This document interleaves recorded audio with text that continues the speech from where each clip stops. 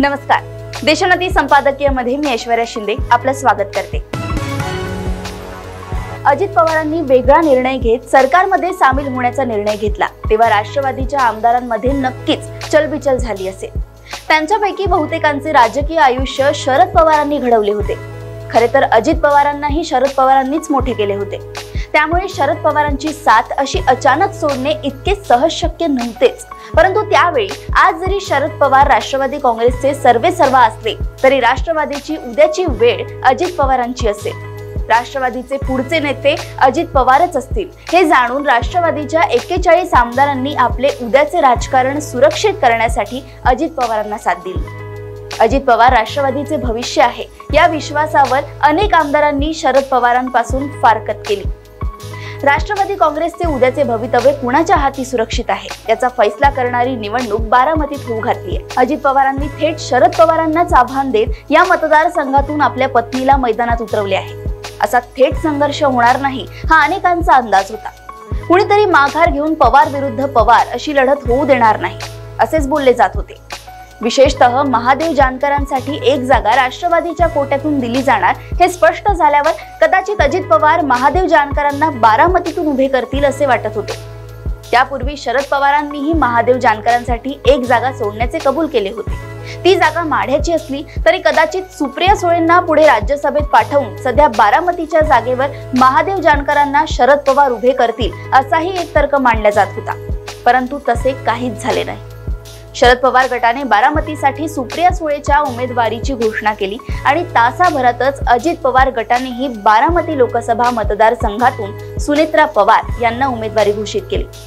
अर्थात उमेदवारी अर्ज मागे घेण्याच्या तारखेपर्यंत अजूनही काही सांगता येत नाही, परंतु आता कोणी माघार घेईल असंही दिसत नाही। अजित पवार बारामतीतून सुनेत्रा पवार यांना उमेदवारी देणार ही चर्चा खूप आधीपासून सुरू होती। परंतु दरम्यानच्या काळात महादेव जानकरांची महाविकास आघाडी सोबत सुरू असलेली चर्चा, विजय शिवतारेंचे बंड आणि सोबतच प्रकाश आंबेडकर महाविकास आघाडीत सामील होण्याची शक्यता अशा काही घटनांमुळे सुनेत्रा पवारांच्या उमेदवारीबद्दल उघडपणे काहीच बोलले जात नव्हते। महादेव जानकर महाविकास आघाडीकडे आले असते, प्रकाश आंबेडकरांसोबत आघाडीची युती झाली असती आणि विजय शिवतारेंचे बंड कायम राहिले असते तर सुनेत्रा पवारांना ही निवडणूक लढवणे खूप जड गेले असते।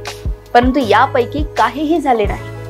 महादेव जानकर महायुतीकडे आले आणि त्यांना अजित पवारांनी आपल्या कोट्यातील परभणीची जागा दिली। प्रकाश आंबेडकरांचे सूर महाविकास आघाडीशी जुळू शकले नाही आणि मुख्यमंत्र्यांनी प्रचंड दबाव आणल्यानंतर विजय शिवतारेंनीही आपली तलवार म्यान केली। तिकडे हर्षवर्धन पाटलांची समजूत काढण्यात देवेंद्र फडणवीसांना यश आले। हे सगळे झाल्यानंतर अजित पवारांनी सुनेत्रा पवारांच्या उमेदवारीची घोषणा केली। वर म्हटल्याप्रमाणे उमेदवारी अर्ज मागे घेण्याच्या तारखेपर्यंत काही बदल झाले नाही तर ही लढत कदाचित संपूर्ण देशभरातील सर्वाधिक उत्सुकतेची लढत असेल। खरे तर हा संघर्ष ताई आणि वहिनी यांच्यातला नाहीच, हा संघर्ष साहेब आणि दादा यांच्यातला आहे। हा संघर्ष राष्ट्रवादी काँग्रेसचे भवितव्य ठरवणार आहे। या संघर्षात राष्ट्रवादी काँग्रेसच्या दोन्ही गटाचे अस्तित्व पणाला लागले आहे। बारामती दोघांचीही कर्मभूमी, बारामतीच्या विकासात दोघांचाही तितकाच मोठा वाटा। बारामतीतील सर्वसामान्य लोकांसोबत दोघांचीही सारखीच नाळ जुळलेली, त्यामुळे दोघांपैकी एकाची निवड करताना बारामतीकर जनतेच्या मनातही काहूर निर्माण होणार यात शंका नाही। परंतु लढत केवळ बारामती शहरापुरती मर्यादित नाही। दौंड, इंदापूर, भोर, खडकवासला, पुरंदर या अन्य विधानसभा मतदारसंघातही दोन्ही उमेदवारांना मेहनत घ्यावी लागणार आहे। या निवडणुकीचा निकाल काहीही असो, कोणत्या तरी एका गटातील तो प्रचंड धक्कादायक असेल।